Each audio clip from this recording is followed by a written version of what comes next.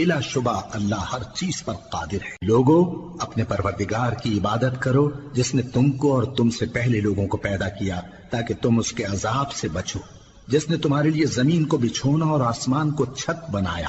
اور آسمان سے مے برسا کر تمہارے کھانے کے لیے انواع و اقسام کے میوے پیدا کیے، پس کسی کو اللہ کا ہمسر نہ بناؤ اور تم جانتے تو ہو۔ اور اگر تم کو اس کتاب میں جو ہم نے اپنے بندے پر نازل فرمائی ہے کچھ شک ہو تو اسی طرح کی ایک صورت تم بھی بنا لاؤ اور اللہ کے سوا جو تمہارے مددگار ہوں ان کو بھی بلا لو اگر تم سچے ہو۔